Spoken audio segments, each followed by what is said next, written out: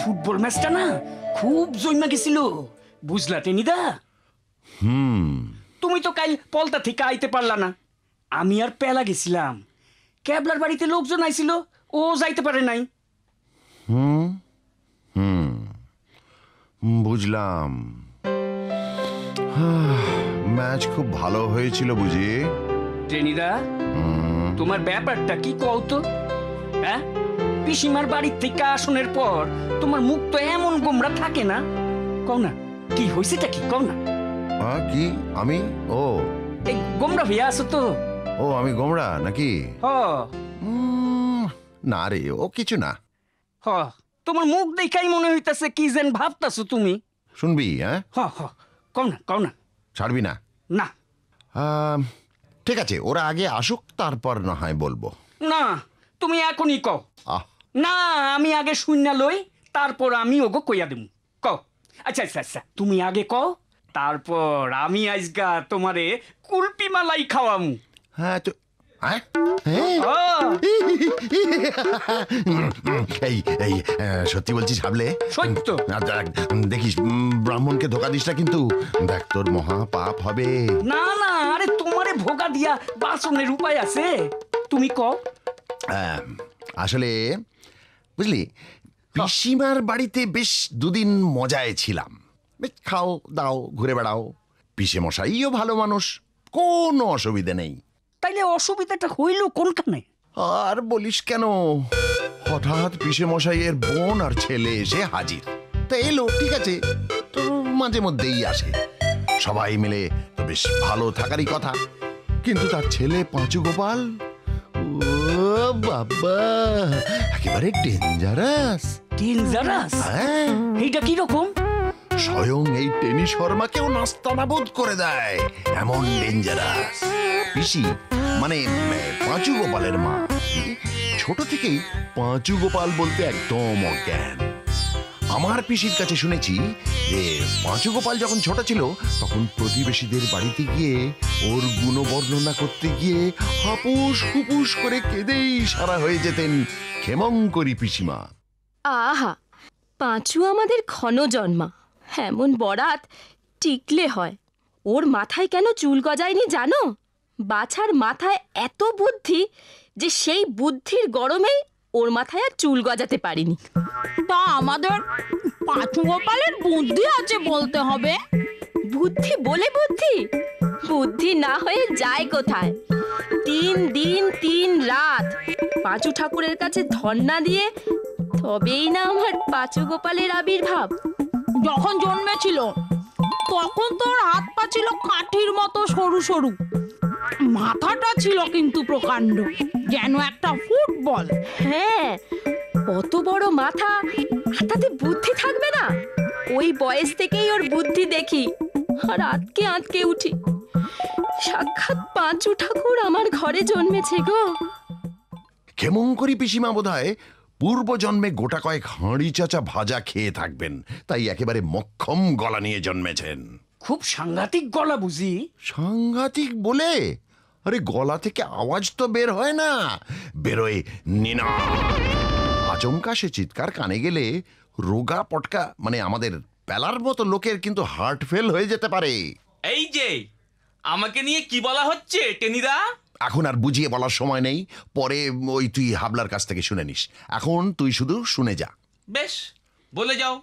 আগ্নেয়গিরির আগুনও ঠান্ডা হয়, কিন্তু পাঁচু গোপালের মাথা তো কোন ছাড়।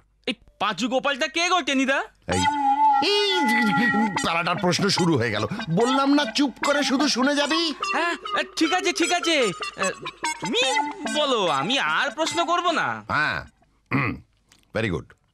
হ্যাঁ, তা প্রথম দিকে আমার সাথে পাঁচু গোপালের ভাবই হয়ে গিয়েছিল, কিন্তু ছোকরার পেটে পেটে যে এত শয়তানি বুদ্ধি তা আমি কি করে বুঝবো? কেন, কি করছিল? একদিন ক্ষেমংকরী পিসিমা আর আমার পিসিমা বসে গল্প করছেন, পাঁচুটাও বাড়িতে নেই। তা আমার দুপুরের খাওয়াটা একটু বেশি হয়ে গিয়েছিল, বেশ একটু পান খাওয়ার ইচ্ছা করছিল। ক্ষেমংকরী পিসিমা ভালো পান সাজেন, আমি তার কাছে গিয়ে চাইলাম। আরো কয়েকটা দিন থেকেই যাও ঠাকুরজি। থাকতে তো ইচ্ছে করে, কিন্তু ওদিকে যে বিস্তর কাজ ফেলে এসেছি। আর আমার পাঁচুরও তো তোমাদের এখানটা বড়ই পছন্দ। দিন রাত এর বাগানে ওর বাগানে ঘুরে বেড়াচ্ছে, খাচ্ছে দাচ্ছে। হ্যাঁ, ও কেমন পিসিমা, আর দুপুরের খাওয়া দাওয়াটা একটু বেশি হয়ে গেছে। তোমার সাজা একটা পান খাওয়াও না। পান খাবি? তা খা না। ওই তো আমার ব্যাগটা ঝুলিয়ে রেখেছি, ওর মধ্যে পানের সব কিছু আছে। যা বের করে নিয়ে আয়, সেজে দিচ্ছি। ওই থলের মধ্যে? আচ্ছা, এনে দিচ্ছি। এই তো।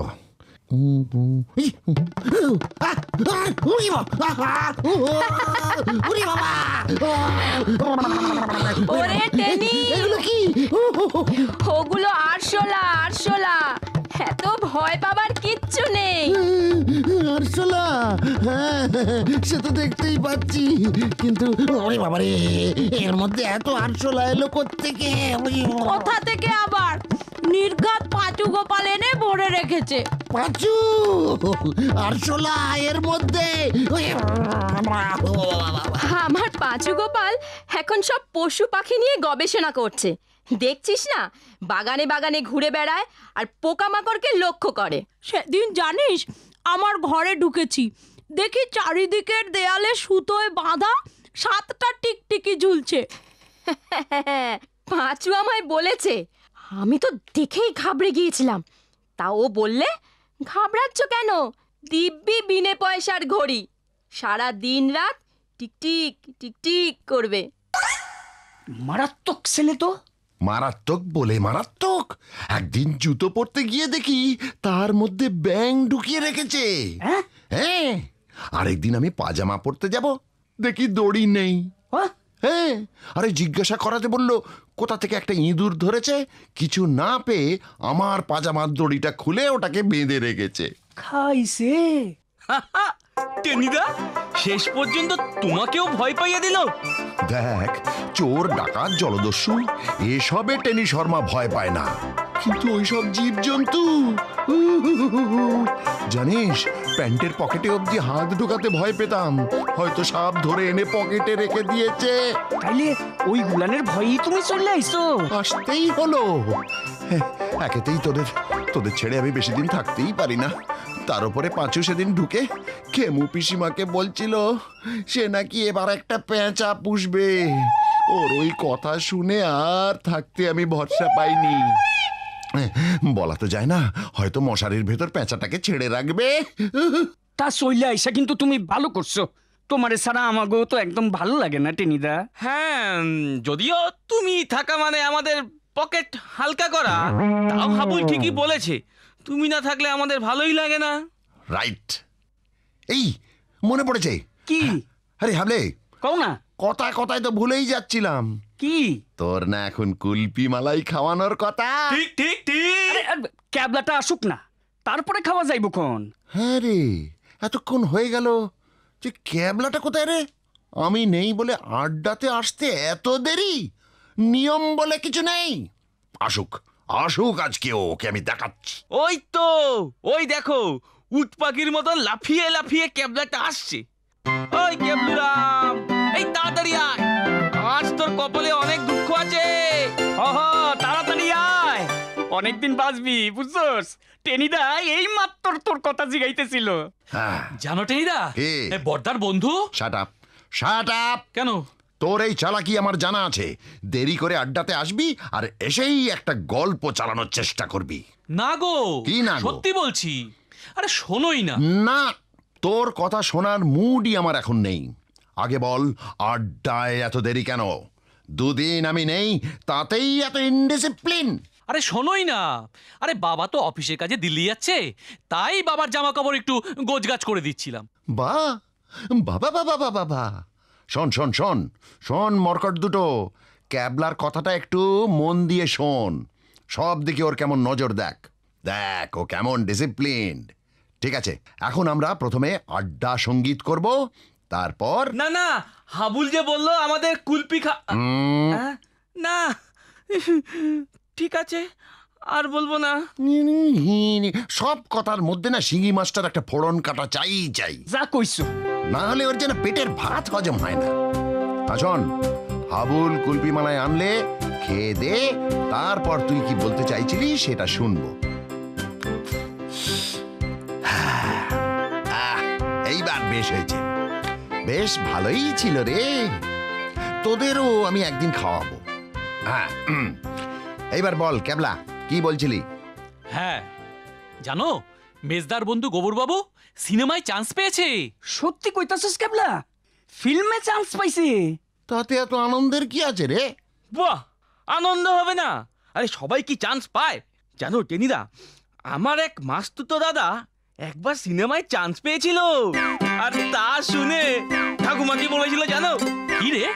ঠাকুমা বলেছিল ওকে বারণ করে দে, সিনেমায় নামবে কি রে, সিনেমা হলের ভিতরে যে অন্ধকার, নামতে গিয়ে শেষে নাকি হাত পা ভাঙবে।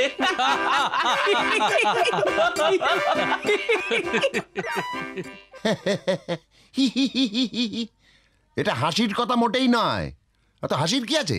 তোর ঠাকুমা ঠিকই বলেছিল, সিনেমায় নামার অনেক ঝক্কি, এক্ষুনি বারণ করে দে। কাকে বারণ করব? গোবরবাবুকে? আলবাত, নইলে তোর গোবরবাবু স্রেফ ঘুঁটে হয়ে যাবে, এই বলে দিচ্ছি। তুস, ঘুটে হবে কেন? সেই যে কি বলে, মানে স্টার হবে। স্টার হবে? স্টার হবে না কচুর ঘন্ট হবে? তোরা কি জানিস রে? আমার ন্যাংচাদার কথা জানিস? আমার ন্যাংচাদাও স্টার হতে গেছিল, বুঝলি? কি বললে গো টেনিদা? ন্যাংচা? কতদিন খাইনি গো। Shut up, পেলা। রাত দিন শুধু খাই খাই। পটল দিয়ে শিঙি মাছের ঝোল খেয়ে খেয়ে এটা নোলা দিন দিন বেড়েই যাচ্ছে। সাইডা দাও টেনিদা, সাইডা দাও। চ্যাংড়া ফোলা। চ্যাংড়া? এটাকে চিংড়ি মাছের মতো ভেজে খেলেই ঠিক হয়। তাও কি খাওয়া যাবে নাকি এটাকে? যাও খাদ্য জীব। ছেড়ে দাও টেইরা, ছেড়ে দাও, ছেড়ে দাও। এমনিতেই পিলে নিয়ে পেলাটা খুব মুশকিলে আছে। মুশকিলে? কই বোঝা যায় না তো। এই যে হাবুল কুলপি মালাই আনলো, কোথাও এদিক ওদিক না তাকিয়ে শুরুত করে মেরে দিল। কই একবারও তো বললো না টেনিদা একটু আমার থেকে খাবে?